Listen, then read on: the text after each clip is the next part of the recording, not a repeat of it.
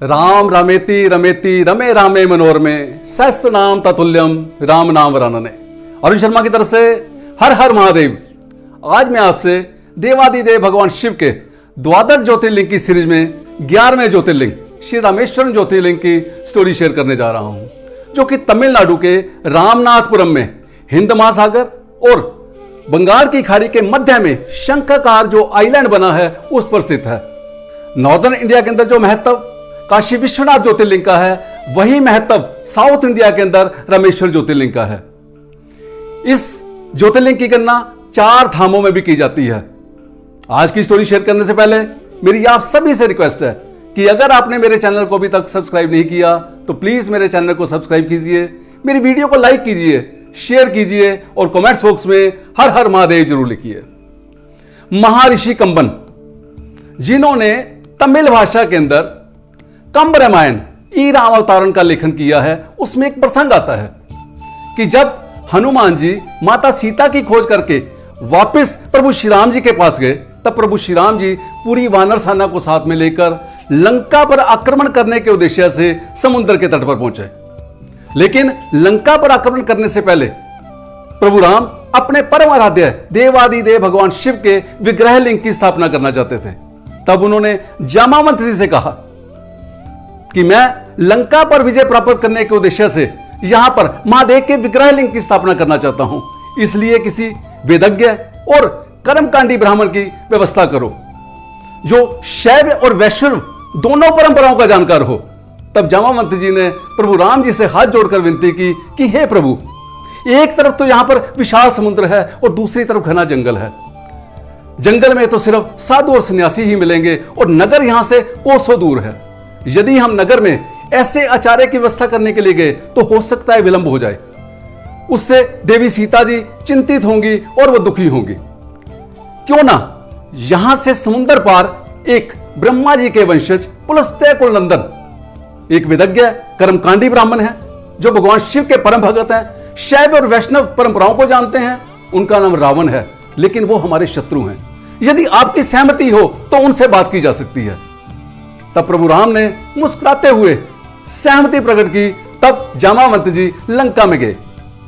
ई रामावतारों में प्रसंग आता है कि जैसे ही लंकापति रावण को पता चलता है कि जामावंत एक महान व्यक्तित्व लंका में पदार्पण करने जा रहा है, तो उसने तुरंत अपने राक्षस सैनिकों को आदेश दे दिया कि लंका के मुख्य द्वार से लेकर राजमहल तक सड़क के दोनों तरफ हाथ जोड़कर खड़े हो जाओ, जिससे जामावंत जी को यहां पर आने में कोई असुविधा ना हो।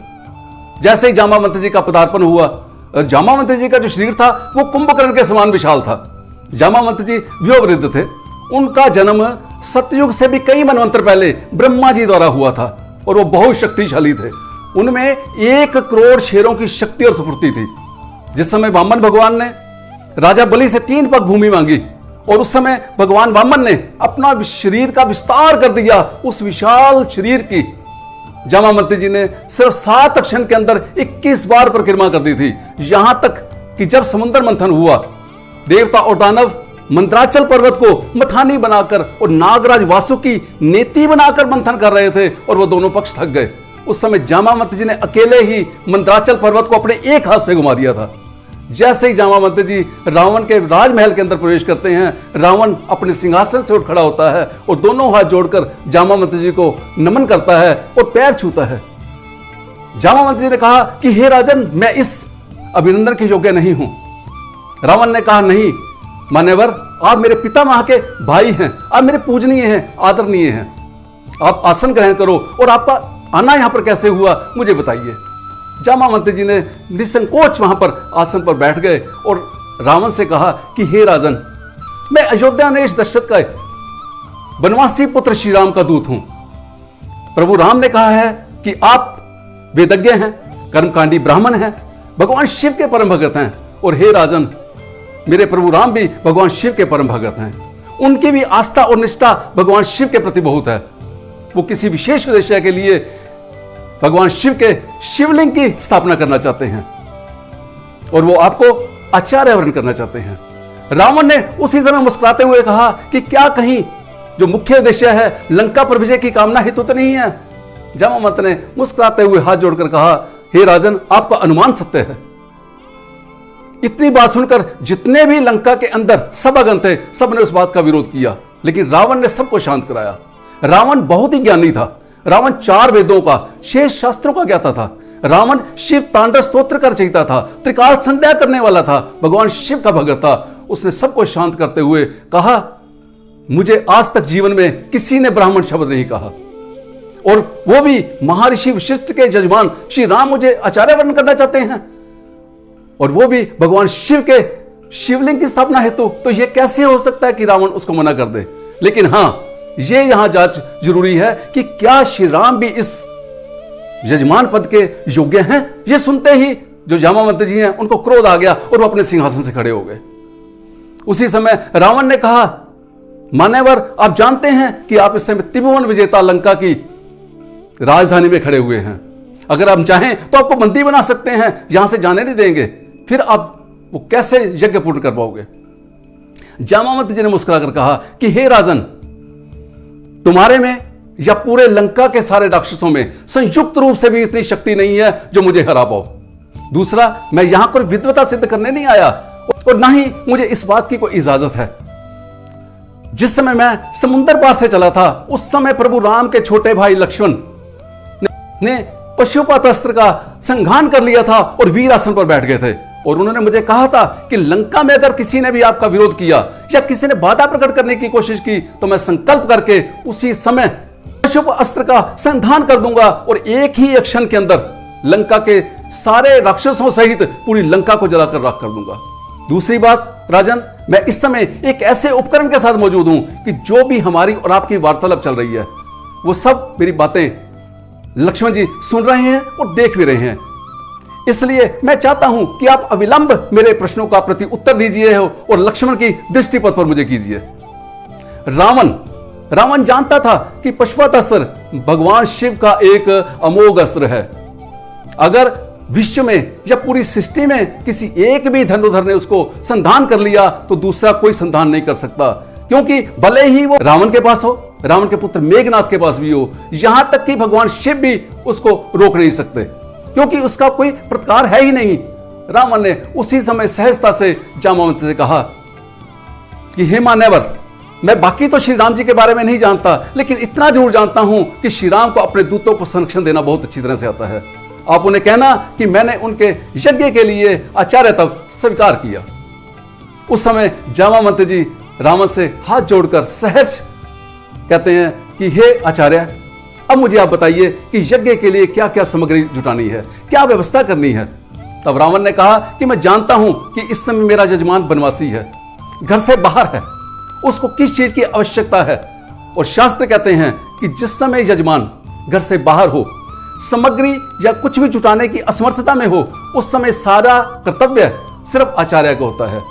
आप जाकर राम से कहना वो नहा धोकर और व्रत धारण करके तैयार रहे, बाकी सारी व्यवस्था मैं करूंगा।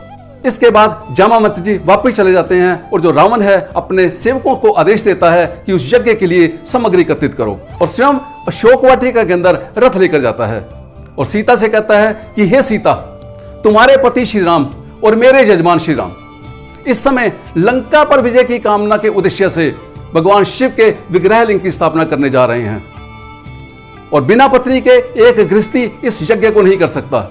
और मैं जानता हूं कि इस समय उनकी पत्नी उनके पास नहीं है, उसकी व्यवस्था करना भी मेरा दायित्व है। इसलिए पुष्पक विमान पर बैठ जाओ, और जिस समय यज्ञ होगा वहां पर जब हम आदेश देंगे उस समय यज्ञ में आकर विराजमान हो जाना।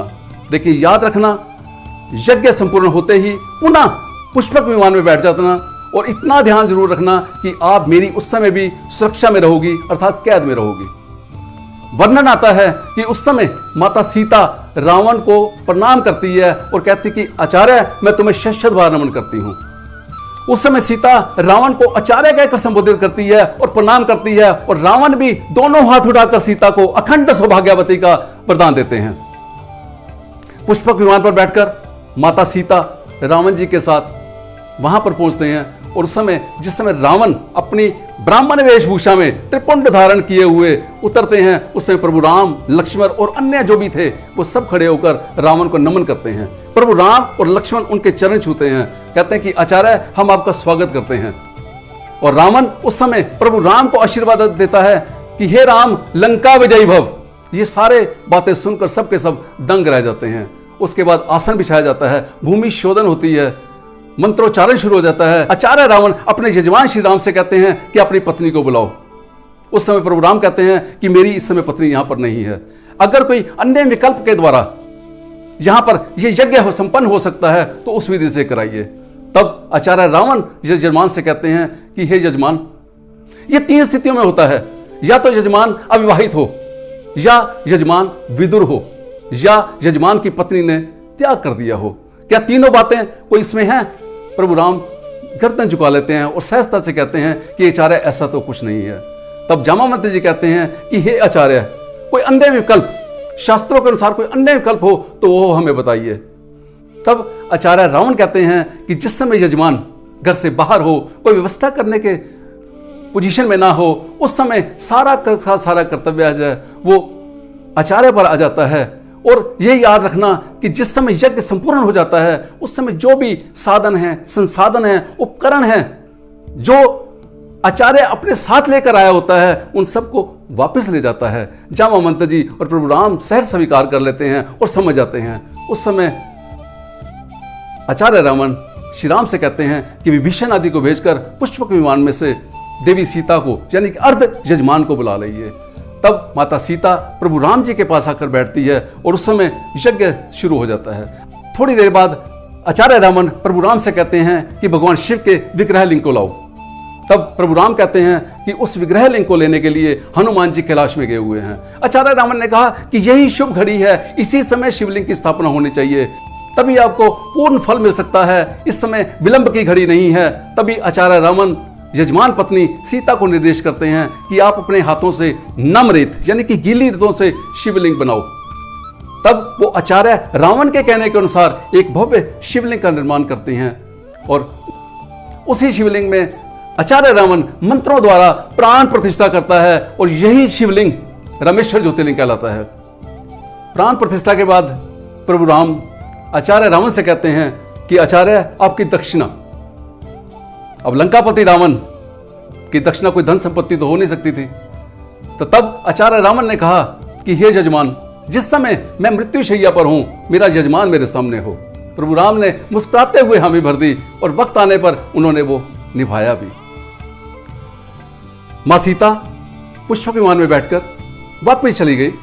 उसके बाद हनुमान जी जो कैलाश पर्वत पर गए हुए थे, वो उस समय एक शिवलिंग लेकर, जो कि भगवान शिव ने अपने हृदय से प्रकट करके दिया था, उसको लेकर आए। जब उन्होंने देखा कि वहां पर शिवलिंग की स्थापना हो चुकी है, तब उन्होंने प्रभु राम से कहा कि अब मुझे बताओ, मुझे क्या आज्ञा है। तब प्रभु राम ने कहा कि इस शिवलिंग के साथ ही आप भी अपना शिवलिंग स्थापित कर दो। उस शिवलिंग का नाम है हनुमंतेश्वर शिवलिंग। रामेश्वर ज्योतिर्लिंग पर गंगा जल चढ़ाने का एक अलग महत्व है और हनुमंतेश्वर शिवलिंग पर बिलपत्र चढ़ाने का एक अलग महत्व है। जो भी श्रद्धालु जन जाते हैं, सबसे पहले अग्नि तीर्थम में स्नान करते हैं। उसके बाद 22 कुओं के अंदर जो प्रभु राम के तीरों द्वारा बनाए गए थे, उसमें स्नान करते हैं। उसके बाद रामेश्वर ज्योतिर्लिंग का दर्शन करते हैं। इस रामेश्वर ज्योतिर्लिंग के महात्म्य के बारे में कहा जाता है, इसके दर्शन करने के मात्र से ही कई करोड़ों जन्मों के तपस्या का फल प्राप्त होता है। हर हर महादेव। मेरी आज की वीडियो आपको कैसी लगी? अगर अच्छी लगी है तो प्लीज इसको लाइक कीजिए, शेयर कीजिए और कमेंट्स बॉक्स में हर हर महादेव जरूर लिखिए। मेरी आने वाली वीडियो का नाम घुश्मेश्वर ज्योतिर्लिंग। जय भोलेनाथ।